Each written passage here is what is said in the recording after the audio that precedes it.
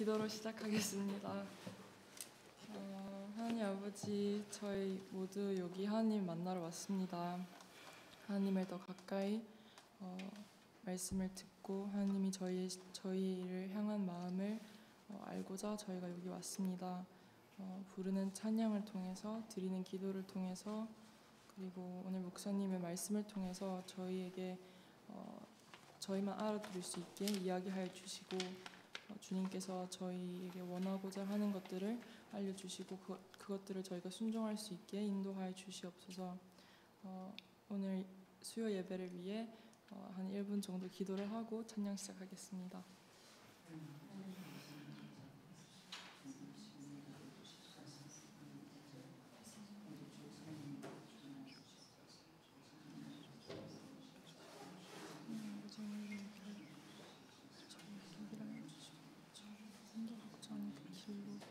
주님의 그 길로 저희를 인도하여 주시옵소서. 주님의 길을 따라가고 싶어하는 저희들입니다. 주님의 그 길을 따랐을 때 주 예수님 그 한 길을 저희가 찾고자 성령합니다. 주님의 그 비밀들을 보는 비밀들을 알려주시고 저희가 그것들을 통해서 이 땅 가운데 천국을 이루어갈 수 있도록 기도합니다. 주님의 아버지 은혜 부어주시고 주님 아버지 수요 예배에 성령의 임재를 주시옵소서.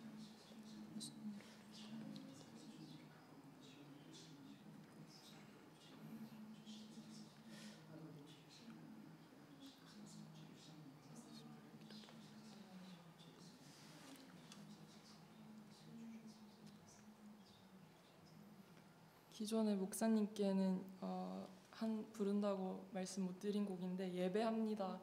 다들 아실 것 같아서 이것부터 해서 시작하겠습니다.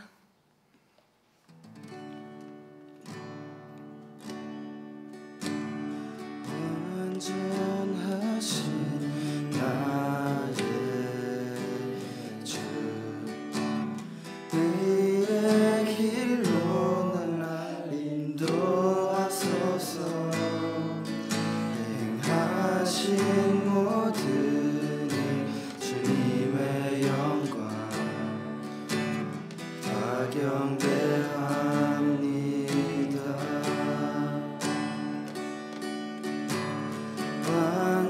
완전하신 나의 주, 의의 길로 날 인도하소서.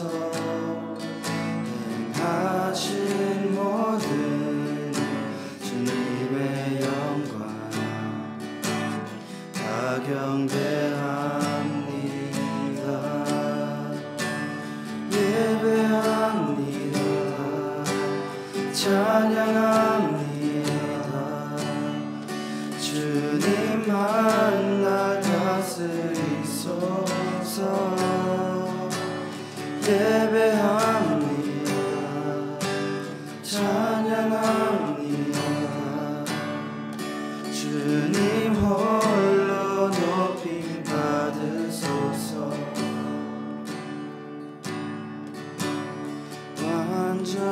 완전하신 나의 주, 의의 길로 날 인도하소서. 행하신 모든 주님의 영광 다 경배합니다. 예배합니다. 찬양합니다. 주님만 날 다스리소서. 예배합니다. 찬양합니다. 주님 홀로 높임 받으소서. 예배합니다. 찬양합니다. 주님만 날 다스리소서. 예배합니다. 찬양합니다.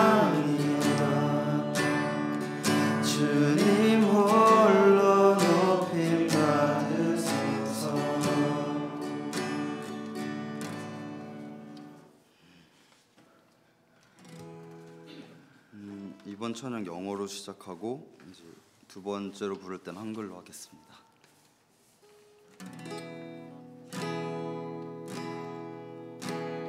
Jesus, we enthrone you. We proclaim you are King, standing here in the midst of us. We raise you up with our praise, and as we worship in your love, and as we worship in your throne, and as we worship in your throne, come Lord Jesus and take your place. 예수 우리 왕이여, 이곳에 오소서. 보좌로 주여 임하사 찬양을 받아 주소서. 주님을 찬양하오니,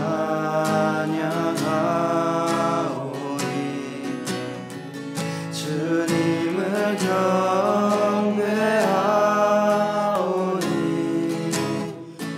영이신 예수여 오셔서 좌정하사 다스리소서.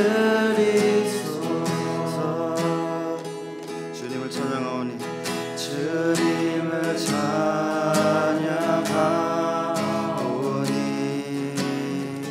주님을 경배하오니,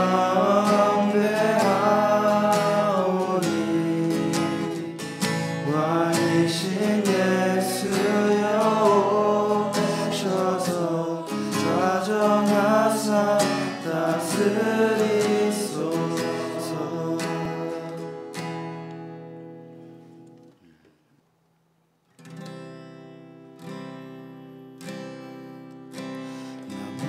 무엇과도 주님을 바꾸지 않으리. 다른 어떤 은혜 구하지 않으리. 오직 주님만이 내 삶의 도움이시니, 주의 얼굴 보기 원합니다.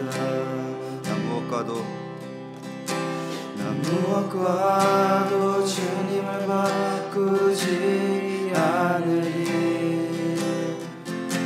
다른 어떤 은혜 구하지 않으리.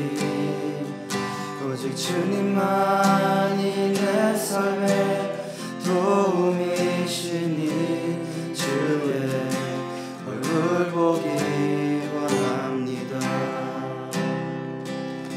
주님 사랑해요.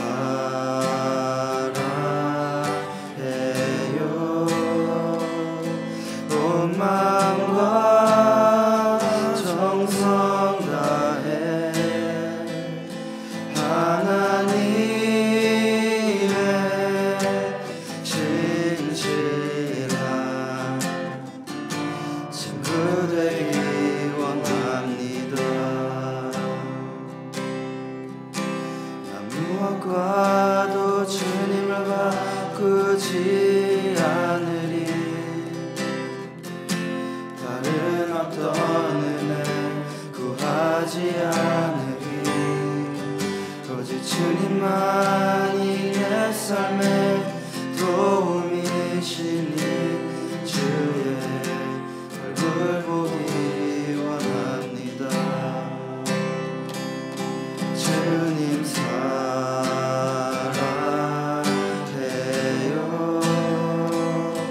온 마음과 정성 다해 하나님의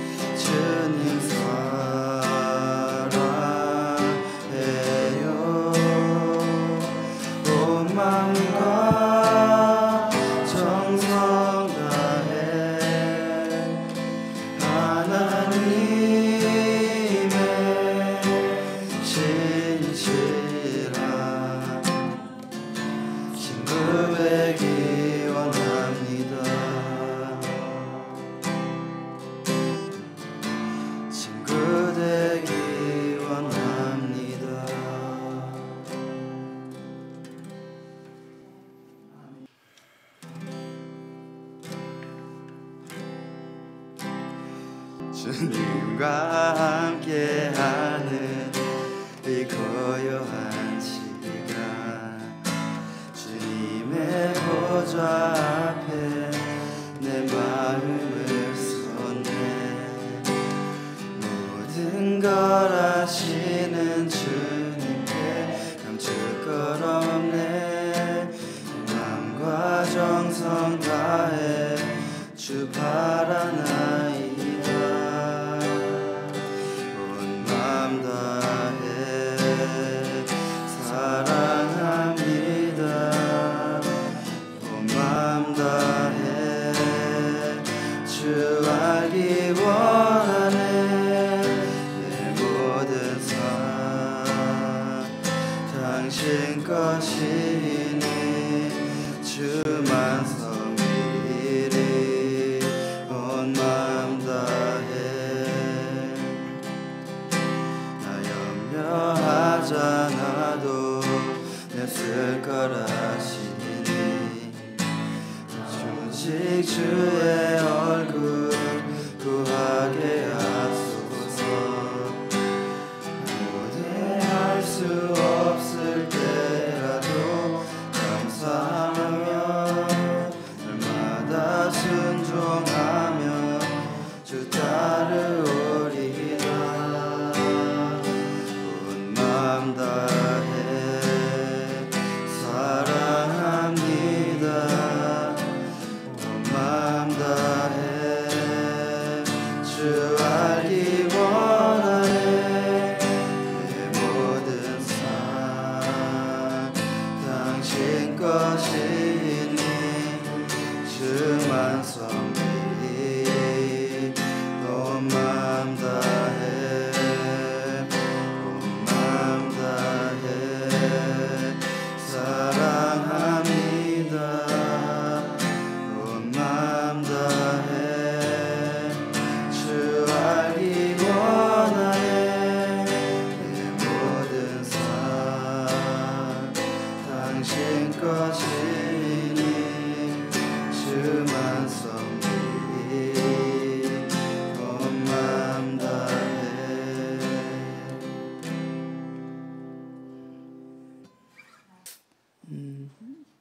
오늘 하나님의 말씀 히브리서 6장 1절에서 6절 그리고 12장 14절에서 17절 말씀을 합독하도록 하겠습니다. 한 목소리로 합독합니다. 그러므로 우리가 그리스도의 도의 초보를 버리고 죽은 행실을 회개함과 하나님께 대한 신앙과 침례들과 안수와 죽은 자의 부활과 영원한 심판에 관한 교훈의 털을 다시 닦지 말고 완전한 대로 나아갈지니라. 하나님께서 허락하시면 우리가 이것을 하리라. 한번 비춤을 받고 하늘의 은사를 맛보고 성령에 참여한 바 되고 하나님의 선한 말씀과 내세의 능력을 맛보고도 타락한 자들은 다시 새롭게 하여 회개하게 할 수 없나니 이는 그들이 하나님의 아들을 다시 십자가에 못 박아 드러내놓고 욕되게 함이라. 모든 사랑과 더불어 화평함과 거룩함을 따르라. 이것이 없이는 아무도 주를 보지 못하리라. 너희는 하나님의 은혜에 이르지 못하는 자가 없도록 하고 또 쓴 뿌리가 나서 괴롭게 하여 많은 사람이 이로 말미암아 더럽게 되지 않게 하며 음행하는 자와 혹 한 그릇 음식을 위하여 장자의 명분을 판 에서와 같이 망령된 자가 없도록 살피라. 너희가 아는 바와 같이 그가 그 후에 축복을 이어받으려고 눈물을 흘리며 구하되 버림바가 되어 회개할 기회를 얻지 못하였느니라. 아멘.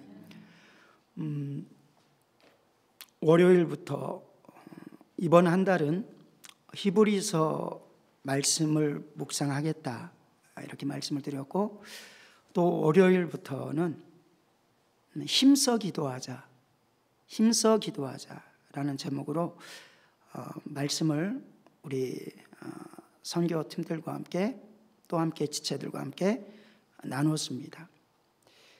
그러면서 오늘은 온전한 회개를 위해서 전심으로 기도하라. 첫째 날에 속죄함을 위해서 전심으로 기도하라. 주님이 그렇게 기도하셨고 우리도 그렇게 기도했고 또 다른 사람들을 위해서 기도해야 된다. 어제는 귀신을, 악한 영을 쫓기 위해서 힘써 기도해라. 그리고 오늘은 온전한 회개를 위해서 전심으로 기도하라. 기도는 믿음의 시작이 되면서 예수 그리스도를 만나면서 시작해야 되는 것이고 해야 되는 것이다. 권사님이 되고 또는 집사가 되고 오래 신앙생활에 사는 게 아니라 예수 그리스도를 믿는 사람이면 그래서 하나님을 더 경험하기 위해서 하나님의 도우심을 얻기 위해서 기도해야 된다. 그래서 예수 믿는 모든 성도는 모두가 기도해야 된다. 우리 옆에 있는 지체에게 평생에 기도합시다. 한번 말해볼래요? 성령 받기 위해서 기도해야 되고요. 전도의 문이 열리도록 기도해야 되고 그리고 주님이 주시는 평안이 임하도록 선포하고 기도해야 됩니다. 10분, 5분, 10분 내 짧은 메시지로 전했는데 오늘은 조금 더 이렇게 준비되는 대로 시간이 되는 대로 말씀을 전하고 오늘도 그렇게 길지는 않을 것입니다. 오늘은 온전한 회개를 위해서 우리가 기도해야 된다. 그래서 회개에 대한 부분들을 우리가 주일 예배에서도 살펴봤지만은 오늘은 이렇게 공부하듯이 살펴보려고 합니다. 그러니까 성경 구절이 많을 수도 있어요. 여러분들이 한번 보시고 그러면서 몇 가지 좀 많은 주제이긴 한데 이렇게 한번 잡아봤어요. 바른 회개의 축복이 어떠한가? 그리고 회개하지 않은 완고한 인간들이 얼마나 많은지 그리고 복음이 증거되는 것이 회개의 길을 열어주는 것이고 또 이때 많은 사람들이 어떻게 반응하는가? 예수 앞에 나오는가? 회개가 선포되었을 때 하나님의 말씀을 받았을 때 예수 앞에 나오는가? 그리고 회개치 아니하면 어떤 모습인가?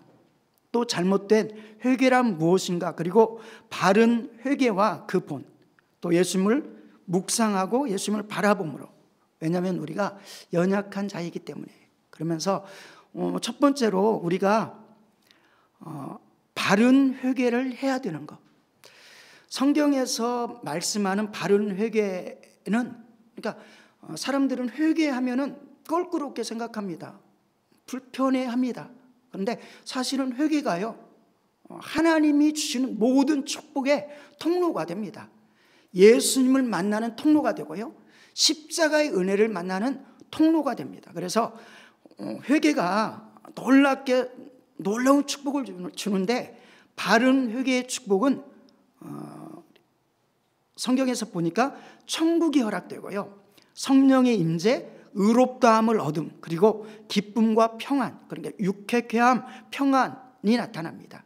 그러면서 그 회개는 우리가 불편해하지만 사랑하는 자에게 내가 징계하노니 책망하여 징계하노니 그러므로 내가 열심을 내어 회개하라. 그래서 회개가 여러분들에게 촉구되어질 때 하나님의 말씀을 통해서 찔려질 때 우리 민족의 회개의 역사, 부흥의 역사가 어느 때 있었습니까? 회개의 역사가 있었던 때. 미국 땅에 어떤 때 놀라운 부흥의 역사가 있었습니까? 회개가 이루어지기 시작할 때 우리 교회 속에 참된 부흥이 언제 일어날까요? 각각 여러분들 속에 목회자 속에 뜨거운 회개가 이루어질 때 나타났다는 겁니다. 마찬가지로 여러분에게 언제 복이 이루어질까요? 불편하지만 하나님의 말씀을 듣고 그 말씀을 통해서 회개할 때. 그래서 성경은 회개하라라고 말씀하고 모든 선지자들도 회개하라라고 말씀합니다. 그리고 예수님께서도 율법도 성령님도 회개하라라고 하는데 그 회개가 얼마나 축복인가. 그러면서 우리 마태복음 3장 2절에 보면은 우리 다 함께 한번 따라서 합니다. 보입니까? 좀 적죠? 함께 합독합니다.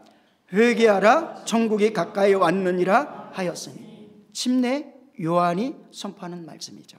그리고 4장 17절에는 이제 예수님께서 직접 선포하기 시작합니다. 메시지를 던지기 시작하는데 회개하라 천국이 가까이 왔느니라 라고 하면서 회개를 촉구한다는 얘기죠. 그리고 하나님의 은혜가 이스라엘 백성들이 회개하기 시작하고 오순절 다락방의 역사가 있기 시작할 때 많은 사람들이 찔립니다. 그러니까 복음을 들으면 찔린다는 얘기죠. 그리고 나서 여기서 끝나지 아니하고, 만약에 우리가 오늘 분명히 기억해야 되는 것은 찔리는 거, 내가 잘못해서 큰일 났어, 여기까지 해가지고는 절대 바른 회개가 아니다. 그래서 우리는 오늘 온전한 회개를 바라는 거. 저는 이 말씀을 준비하면서 몇 가지 이제 기도의 제목을 우리가 집중해서 나가는데, 어떤 제목으로 짧은 시간이지만 나눌까라고 생각하면서 우리 안에 있는 회개가 이루어지되 온전한 회개가 이루어졌으면 좋겠다 하는 간절한 마음입니다. 저에게 온전한 회개가 있기를, 또 여러분들에게 온전한 회개가 있기를, 그리고 여러분들이 만나는 모든 사람들에게 온전한 회개가 있기를 바라는 것. 그런데 하나님의 말씀이 증거되어지는 곳에는 어찌할꼬 있었습니다. 이때 베드로가 말합니다. 어찌할꼬라고 하니까 사도행전 2장 38절 우리 다 함께 합독합니다. 베드로가 가로되 너희가 회개하여 각각 예수 그리스도의 이름으로 침례를 받고 죄의 사함을 얻으라. 그리하면 성령을 선물로 받으리니. 아멘. 어찌할꼬라고 하니까 너희가 회개하여 각각 예수 그리스도의 이름으로 침례를 받고, 오늘 제목이 온전한 회개를 위해서 전심으로 기도하자는데, 사도행전 2장 38절의 그 상황이 무엇입니까? 지금 하나님의 말씀을 받았습니다. 그리고 어찌할꼬 그들이 찔렸습니다. 그리고 나서 베드로의 가르침을 받습니다. 회개하라고 했을 때 그들이 뭐 했을까요? 하나님의 말씀을 붙들고 기도하기 시작했다는 것입니다. 그 기도를 통해서 그 초대교회 기도가 온전한 회개를 이루고, 회개가 이루어지니까 예수 그리스도의 이름으로 침례가 이루어졌고 죄 사함이 이루어졌고 성령의 역사가 이루어졌다. 그렇기 때문에 온전한 회개는 물론 예수 그리스도를 통해서 우리는 죄 사함을 받고 예수 그리스도를 통해서 믿음으로 우리는 성령을 받습니다. 그런데 회개라는 통로, 이 축복의 통로가 없을 때, 물론 회개하는 것은 잘못했기 때문에 잘못이 찔리는 것이 있어야 됩니다. 그런데 그것이 축복의 통로다라는 것입니다.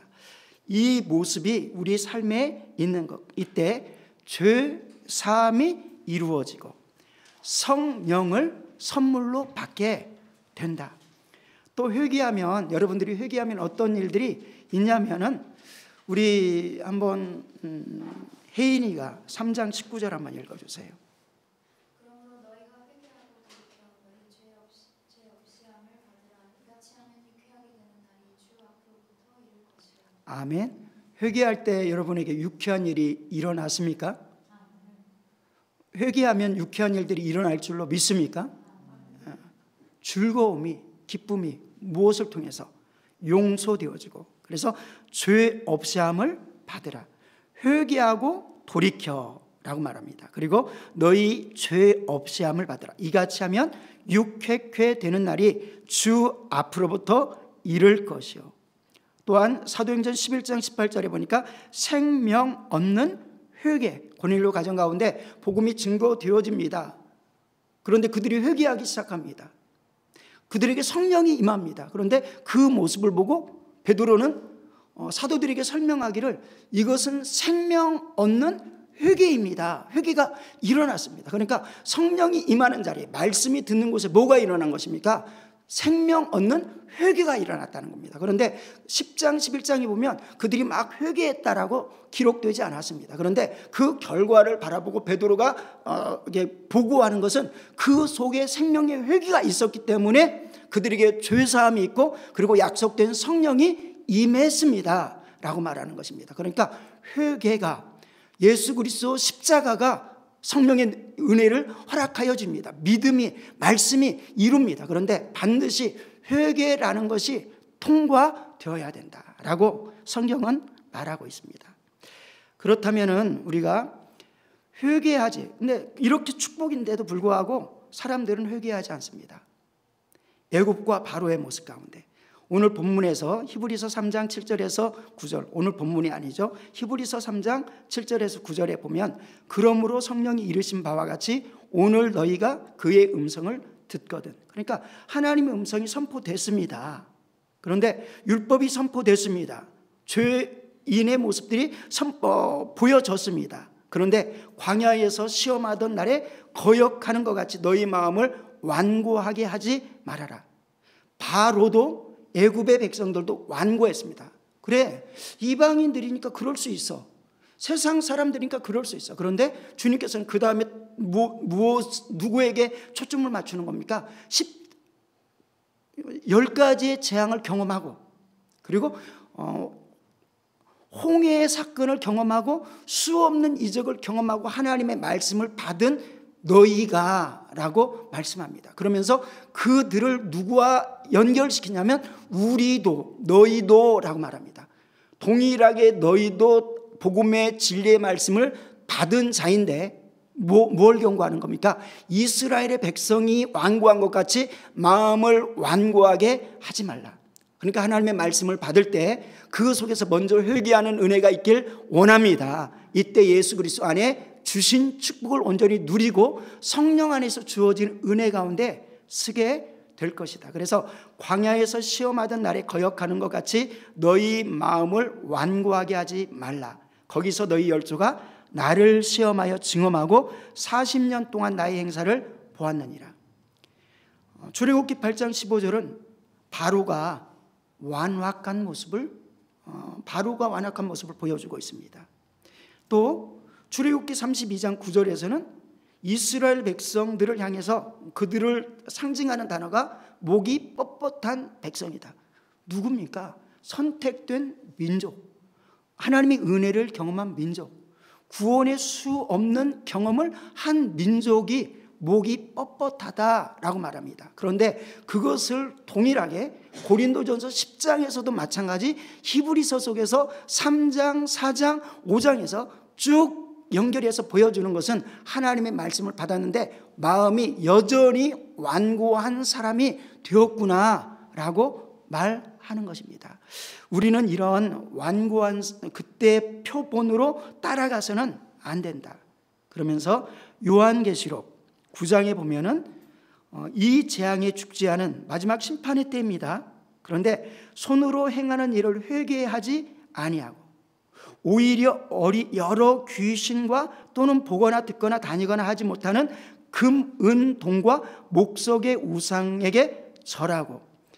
오늘날 우리는 코로나에서 처음에 코로나 당할 때 어떤 느낌을 가졌습니까? 아마 깨어있는 성도라면 이거 큰일이구나, 영적인 사인이구나 하고 긴장하는 것들이 있었을 것입니다.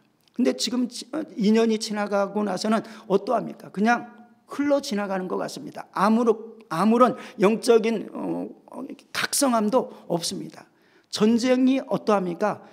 저는 늘상 이런 표현을 했었습니다. 전쟁에 대한 부분들을 역사를 바라보면 100년 동안 평화가 있었던 적이 있나를 생각해 보면 우리 시대에도 전쟁은 있을 수 있다. 그러므로 전쟁에서 수많은 어려움이 닥칠 때 나는 어떤 신앙으로 가지고 살아가나. 우크라이나 전쟁이 있기 전까지는 유럽같이 평화로운 나라가 없었을 것이고 평화로운 지역이 없었을 것입니다. 당연히 죽음에 대해서, 전쟁에 대해서 전혀 생각하지 못하는 시대에 우리는 살고 있습니다. 그러므로 전쟁이 나에게는 연관이 아무것도 없는 것 같습니다. 그런데 이제는 연관이 있습니다. 곧 나에게 닥쳐질 일이기도 한 것입니다. 어떻게 보면 2차 세계대전만 해도 얼마나 잔인한 일들이 참 많았습니까? 거기서 수 없는 사람들이 죽어지는 비참한 일들이 있었습니까? 그런데 2차 세계대전만 해도 너무너무 잔인한데 지금 사실 우크라이나 나라에서 일어나는 전쟁은 소련이 많은 부분을 아무것도 사용하지 않고 있는 상태와 같은 것이어서 어떻게 보면은 그냥 정치적으로 또는 조금 겁이나 주고 뭔가를 얻으려고 하는 그런 모습, 재래식 무기를 다 소모해 버리려는 그런 모습 가운데 있는 모습이 지금의 비참함입니다. 근데 더 잔인해지면 더 큰 전쟁, 그러니까 나라가 러시아가 패할 수도 있고 또 유럽 땅에 패할 수도 있는 그런 전쟁, 죽고 사는 전쟁이 되어지면 어떻게 되냐면 완전한 비참함에 빠질 거라는 것입니다. 그런데 이때 우리는 과연 믿음을 준비하는 사람이 되어지나? 근데 성경은 이런 어려움이 있으면 우리가 회개할까? 하나님 말씀 안에 나를 각성할까? 라고 할 때 성경은 아니다 라고 말씀을 합니다. 결국 누가? 평화의 이때 깨어있는 그가 마지막 재앙의 때에도 승리하게 되는 줄로 믿습니다. 그러므로 이 시대에 회개를 촉구할 때 작은 부분의 죄악도 우리가 깨닫고 무릎을 꿇는 믿음의 성도 되길 축복합니다. 이러한 모습이 되어져야 되는데 완고한 인간들이다. 성경은 계속해서 이스라엘 백성도 완고하고 히브리서 속에서는 계속 너희도 완고한데 너희에게도 동일한 복음이 증거되었는데 그때 성령으로 증거된 너희에게 주어진 말씀을 들었으면 완고한 자가 되지 말라라고 하면서 구약의 모세를 통해서 천사를 통해서도 전하여진 말씀을 거절하였을 때 심판이 있었는데 예수 그리스도께서 직접 오셔가지고 말씀했는데 그 말씀을 거절하고 그리고 성령께서 친히 우리에게 말씀해 줬는데도 거절하면 그 보응이 어떠하겠느냐라고 말씀하는 것은 구약에서의 그 완악함보다 지금의 완악함이 있다. 그러므로 우리는 회개하되 적당한 회개가 아니라 주님이 보시기에 온전한 회개를 하는 것. 그래서 오늘 묵상하면서 하나님 온전한 우리가 회개하되 주님이 원하시는 회개로 나가게 도와주세요. 이것이 오늘 기도의 제목입니다. 우리의 또 바람입니다. 회개가 이루어지려 할 때 하나님이 하신 일은 무엇일까요? 말씀입니다. 회개가 이루어지기 원해서 하나님이 주시는 것은 말씀인데 너희가 이 말씀이 듣거든 성령으로 너희에게 전해지거든 예수 그리스도께서 직접 너희에게 전했는데 너희가 완악하지 말라라고 말씀하죠. 또한 예수님께서도 직접 이런 말씀을 하십니다. 노아의 시대에 많은 사람들이 하나님의 말씀을 듣고 회개하였는데 너희는 과연 듣느냐? 그리고 또 남방 여왕이 솔로몬의 소리를 듣고도 하나님의 말씀에 귀를 기울였는데 너희는 그렇게 듣기는 하느냐? 또 요나를 통해서 하나님의 말씀을 듣고 회개하였는데 너희는 회개하느냐라고 말씀하면서 회개하지 않는다라고 말씀합니다. 오늘날 우리에게 얼마나 하나님의 말씀이 많은지. 그러면서 그 하나님의 말씀이 어떤 말씀이냐? 히브리서 4장 12절에서 13절 가운데서는 말씀이 살아있고 말씀은 검보다 예리하고 말씀은 혼과 영 관절을 골수를 쪼개기까지 하고 또 말씀 앞에 모든 것들이 드러난다. 그런데 드러날 때 우리는 어떻게 할까라고 할 때 베드로가 말씀을 증거할 때 스데반이 말씀을 증거할 때 어찌할꼬 해야 되는데 어찌할꼬만 하고 회개하지 않는 백성이 되면 어떡할까? 라는 것입니다. 그런데 말씀 자체가 능력이 있다. 이것이 복이다 라는 것입니다. 말씀은 우리를 구원하시는 말씀, 구원하기에 능한 말씀, 예수님을 우리에게 보여주시는 말씀, 생명을 전해주시는 말씀인데 그 말씀이 예수님께로 온전히 인도함을 받기 위해서는 우리의 죄가 먼저 보여져야 된다는 것입니다. 그래서 히브리서 4장 12절 이하의 말씀은 그 모습을 잘 보여주고 있어서 이 말씀, 예수님으로 하신 말씀, 성령으로 너희에게 전해진 말씀은 구약에 있는 그 말씀보다도 더 강력한 말씀이어서 말씀이 살아있어서 우리를 수술하기 시작하는데 그러면 어떻게 되느냐? 벌거벗은 것 같이 드러나지 않느냐? 이때 뜨겁게 회개해야 되는데 어찌할꼬? 그래서 두 가지 모습으로 바뀝니다. 한 모습에서는 좌절합니다.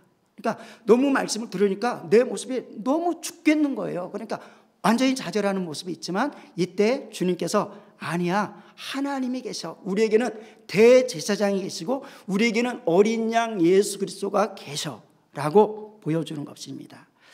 자, 히브리서 4장 2절에 그들과 같이 우리도 복음 전함을 받은 자이나 들은 바 그 말씀이 그들에게 유익하지 못한 것은 듣는 자가 믿음과 결부시키지 아니함이라. 이때 자 보세요. 12절 13절에 하나님의 말씀은 이렇게 능력이 있습니다 라고 하고, 그 다음에 14절 15절 16절 우리 다 함께 합독합니다.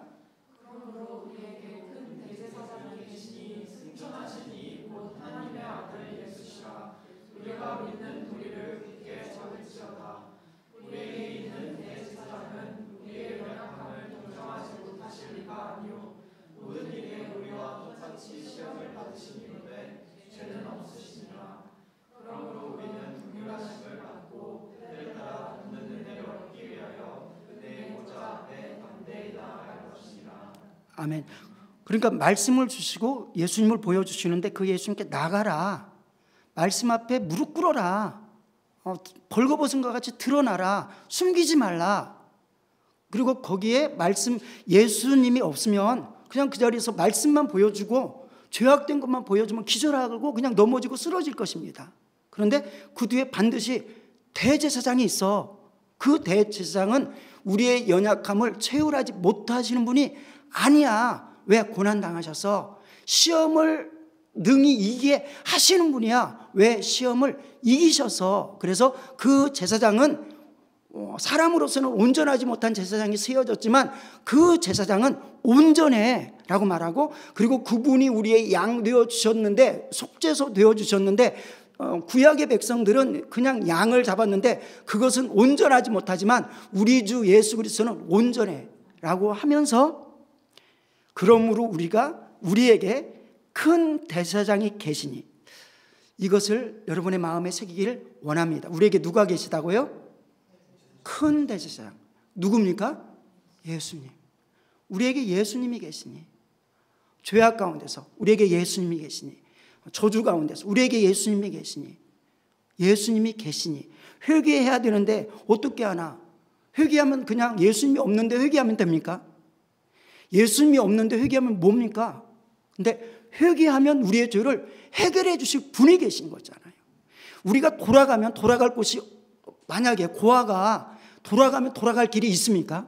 근데 우리에게는 하나님 아버지가 계셔서 돌아가면 돌아갈, 우리를 맞이할 아버지가 계신데, 하나님 아버지가 계신데 그분은 우리의 죄를 다 자기 아들로서 용서하여 주시고 우리를 맞아주신다는 것입니다.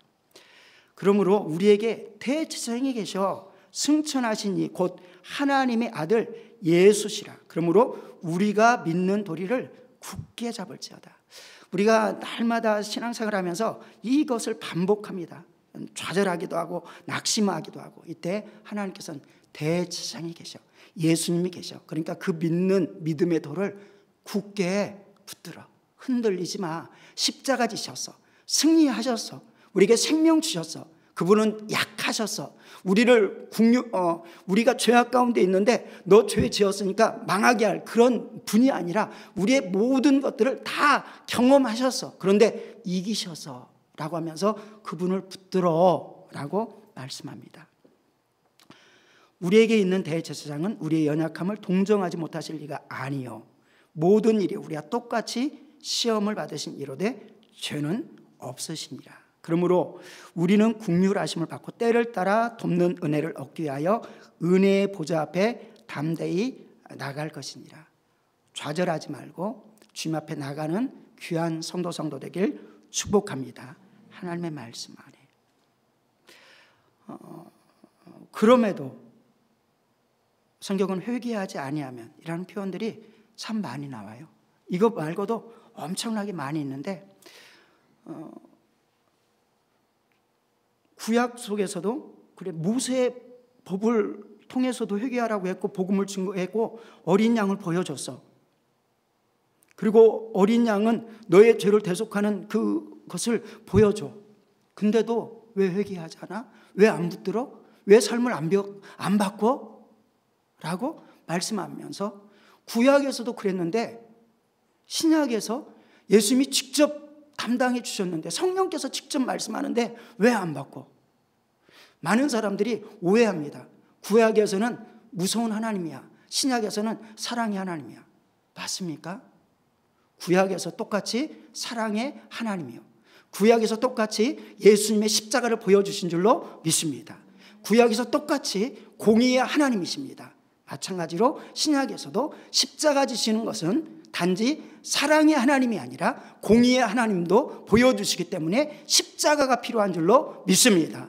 만약에 십자가, 공의의 하나님이 필요 없으면 십자가 필요 없어요. 왜? 사랑의 용서했기에 끝나거든요. 근데 십자가는 우리의 죄를 짊어지시기 위해서 공의를 세우는 것입니다. 그렇다면 우리 예수님이 그렇게 우리의 죄를 짊어지셨는데 그 예수님의 죽으심, 고난당하심, 조롱당하심, 우리가 당하는 수치, 모든 것들을 다 예수님이 담당해 주셨는데 그걸 통해서 회복하고서도 죄를 선택한다면 성령님이, 과거에는 성령님이 아무리 강해도 표현을, 이런 신학적 표현으로 외제라고 표현, 성령님의 외제. 그러니까 구약 성경에서, 구약 시대에서는 아무리 다윗에게 성령이 임해도, 성령이 내면에서 충만한 것 같아도 그건 외제다. 왜냐하면 십자가가 앞으로 일어날 일이잖아요. 그리고 나서 성령도 약속된 건데 일어날 일이잖아요. 바울에게 성령의 역사가 있다는 것은 성령 하나님은 분명히 계십니다. 그리고 오실 예수님이 계십니다. 그러나 이루어질 사건이거든요. 예수님이 만약에 십자가 지기를 실패할 일 없지만 실패했다면 구약에서 믿었던 믿음이 부도나는 것이죠. 그러나 예수님은 완성합니다. 그리고 구약 백성은 완성할 것을 믿습니다. 아브라함이 끝내 믿음을 가졌습니다. 다윗이 믿음을 가졌습니다. 모세가 믿음을 가졌습니다. 동일한 믿음이라는 거죠. 차이가 뭐냐면 우리는 예수님 오신 시대에 살고 있다는 겁니다. 성령님이 임하는 시대에 살고 있다는 것입니다. 어떻게 보면 우리는 더 선명히 죄를 깨달을 수도 있고 의를 깨달을 수 있는 시대에 살고 있는 축복이 있는 줄로 믿습니다. 그런데 그 은혜를 다 입었으면서도 다시금 세상에 빠지면 어떡해?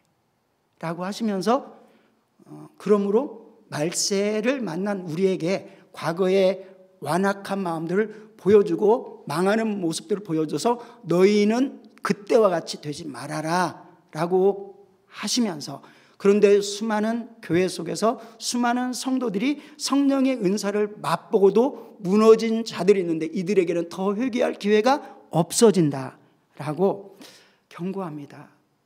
회개하지 아니하면,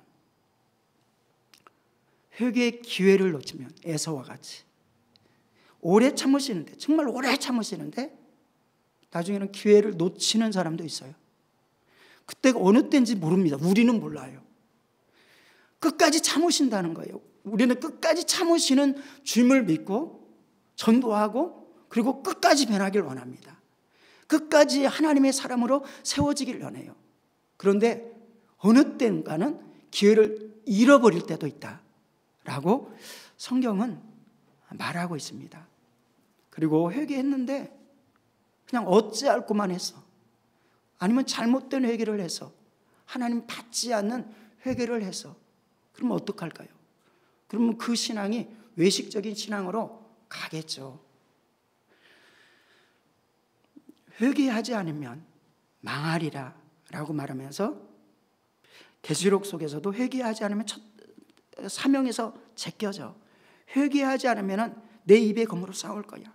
회개하지 않으면 환난 가운데 던져질 거야 라고 말씀합니다.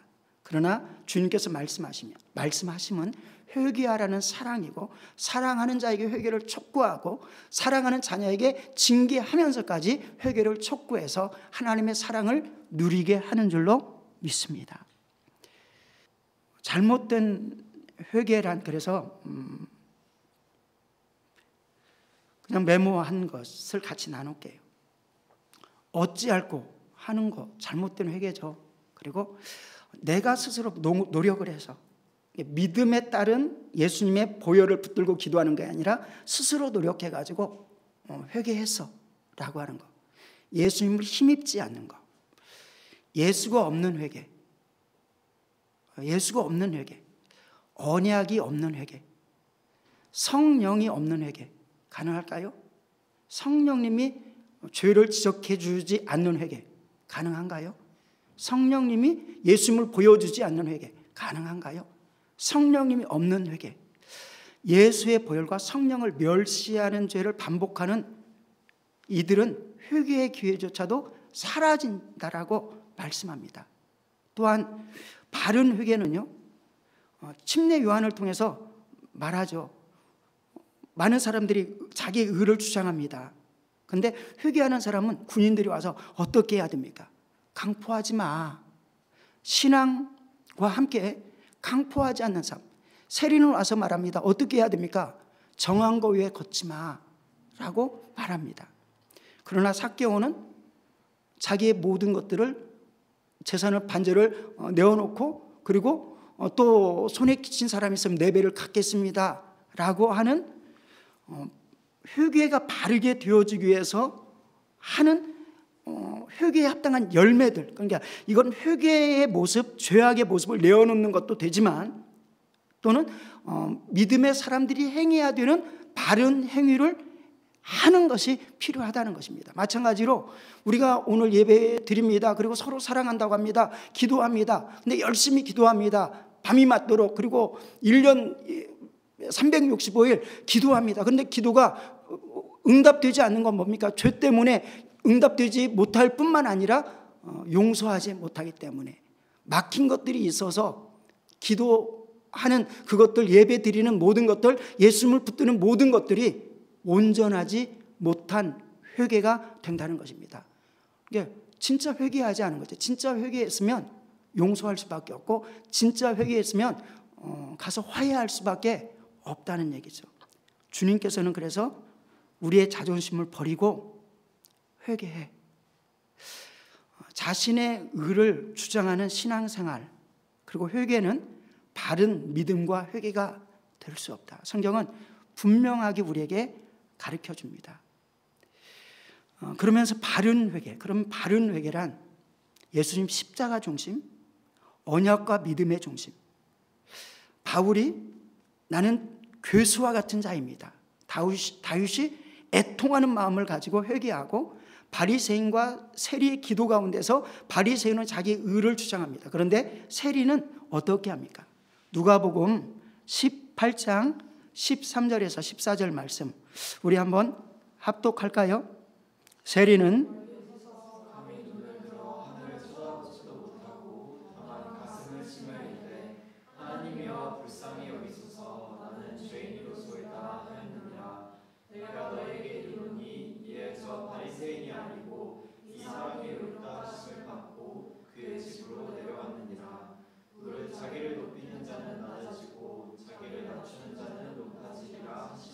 아멘. 성령으로 십자가 중심이어야 되는 것은 성령으로 복음이 들려져야 회개가 온전히 일어납니다. 그러니까 회개의 현장 속에서는 성령으로, 그리고 성령으로, 성령은 죄에 대해서, 심판에 대해서 라고 말합니다.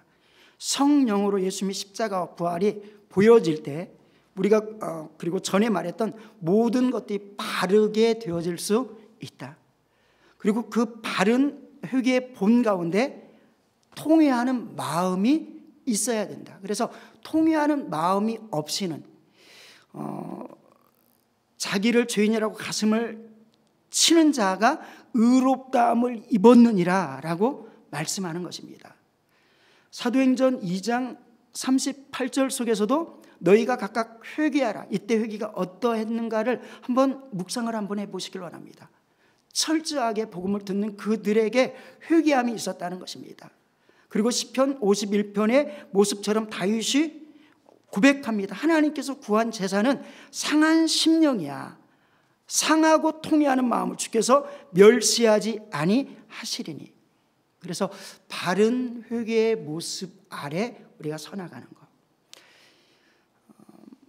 마지막으로 우리가 온전한 회개를, 그렇다면 짧은 시간에 회개에 대한 부분들을 전체적으로 회개를 위해서 전심으로 기도하자라는 부분들을 이제 말씀하기 위해서 오늘 그냥 집중해서 말씀을 전하는데, 마지막으로 우리가 해야 될 일들이 무엇이냐면, 이제 다 방법을 알았다 해요.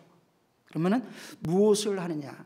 이때 히브리서 12장 1절에서 5절의 말씀 가운데 우리 함께 읽고 말씀을 마치려고 합니다. 함께 합독합니다.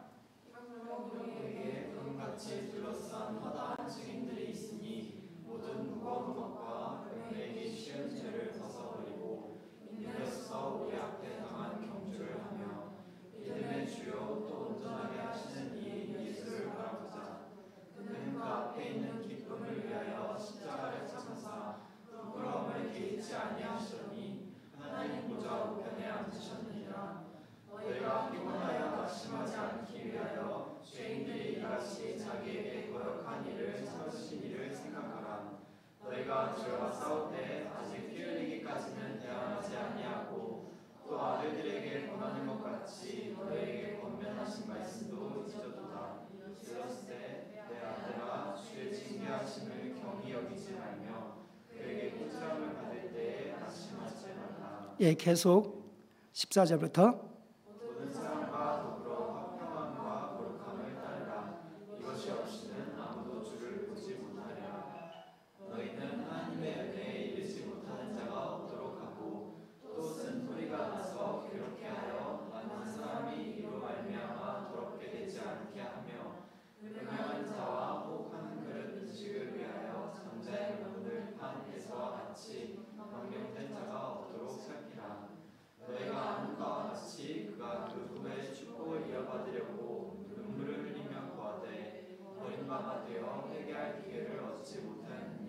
아멘. 회개는 축복의 예수 그리스도 안에 있는 모든 생명의 축복의 통로인데 예서는 나중에 후에 나름대로 했다라고 말하는 것입니다. 그런데 기회를 잃어버렸다. 왜냐하면 헛된 것을 회개하는 그 순간 속에서도 헛된 것들을 붙들고 회개하는데 그것이 무슨 회개가 되겠느냐라고 말합니다. 그러나 또 우리가 회개하다 보면 좌절하고 낙심될 때가 있습니다. 그런데 주님께서는 그런 우리에게 십자가에 고난당하신 십자가 온전한 제사장 되신 십자가의 예수님을 보라. 그분은 우리를 넉넉히 도울 수 있다. 그래서 초점을 주님께 맞추는 귀한 성도 되길 원합니다.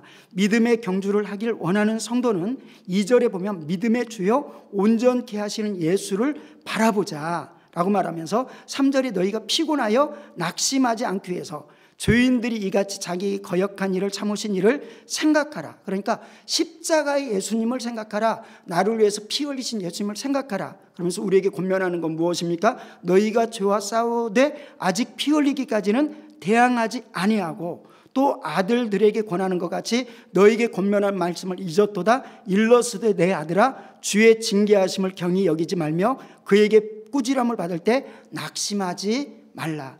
교회 속에서 때때로는 어떤 환경 속에서 우리에게 지나치다 할 정도로 때때로는 어려움들이 있을 수 있습니다.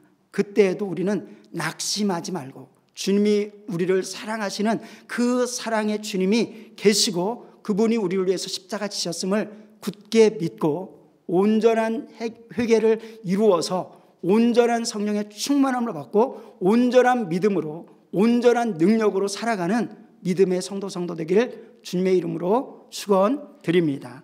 오늘 말씀을 기억하면서 우리 한 10분 정도 함께 기도하도록 하겠습니다.